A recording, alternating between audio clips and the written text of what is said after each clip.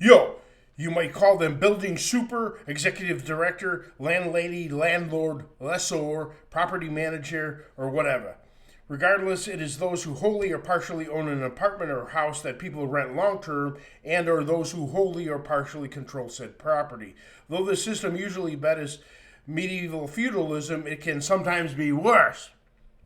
Consider the many types of jobs one could venture into which provide either important goods or services, but else provide neither product nor service. They're simply in an advantageous position to own an extra property. In other words, a modified form of the board game Monopoly where one player defeats the others via blood sucking rental fees.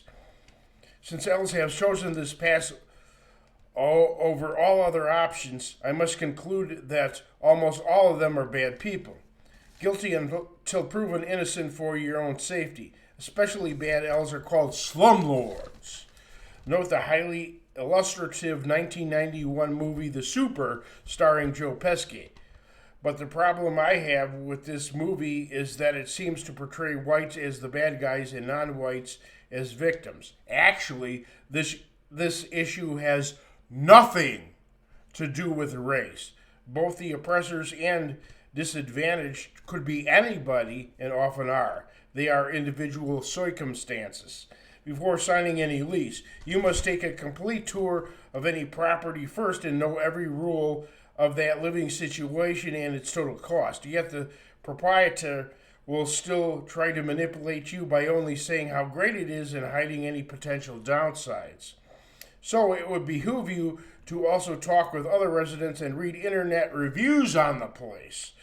Many else are cruel enough to disallow pets, which many people see as family members. Most others charge pet fees.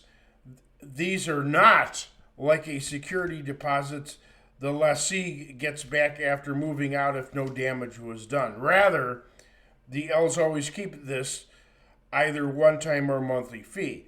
This is sick because tenants are the ones completely paying and caring for pets while elves just leech off the situation. Landlords from hell. A. No maintenance. Though all elves are legally obligated for all maintenance, that is not the result of tenants damaging things. Some do anything they can to avoid repairs. For example, a tenant complained about a bed bug infestation. The landlord responded, "It's your responsibility." The tenant rightfully replied, "Actually, under New York City's Housing Maintenance Code, Subchapter 2, Article 4, the L is legally obligated to eradicate bed bugs." I add, this is true almost everywhere. And never take their word for anything. Do your research. In an apartment, someone's ceiling was leaking, but the L was on vacation for 3 weeks and didn't give out their cell phone number or check their email. So consider that too. So that they were leaking away. You had to live with that. B. Shoddy maintenance. Others will do the quickest and cheapest possible repairs.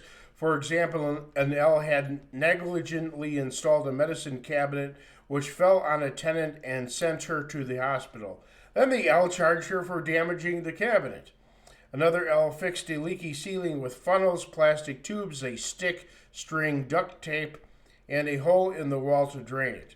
One tenant discovered that their so-called thermostat was just a temperature control switch hanging on a nail, which of course did nothing.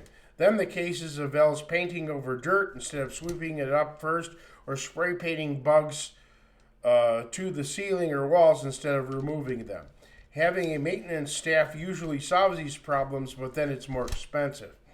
C. Invasion of privacy. Some L's install 360-degree Wi-Fi surveillance cameras which also record audio in tenants' apartments without notifying them. One L dug through a tenant's personal info to see if they got a stimulus check to help pay the rent. Others snoop through tenants' belongings for other reasons. Many L's give out extra keys to the tenant's unit to maintenance workers and others. increasing the chances of items being stolen. D. Stupidity.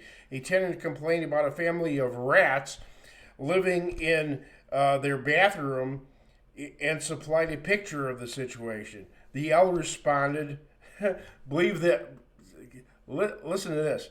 There's a family, the tenant has a family of rats living in their bathroom. They show a picture. They're complaining. What are you going to do about that? Then the landlord responds is no pets in the building. Crazy. Another tenant said that the hot water was broken. The L asked, how? Can you send me some photos? The tenant replied with a pic of a running faucet, saying it looks like this, but it's not hot. Many L's are ignorant of various legal rules, including not knowing they must pay property taxes. E, being inconsiderate. An L locked a tenant's thermostat in a cage, so only the L could control it. Of course, to save money in that.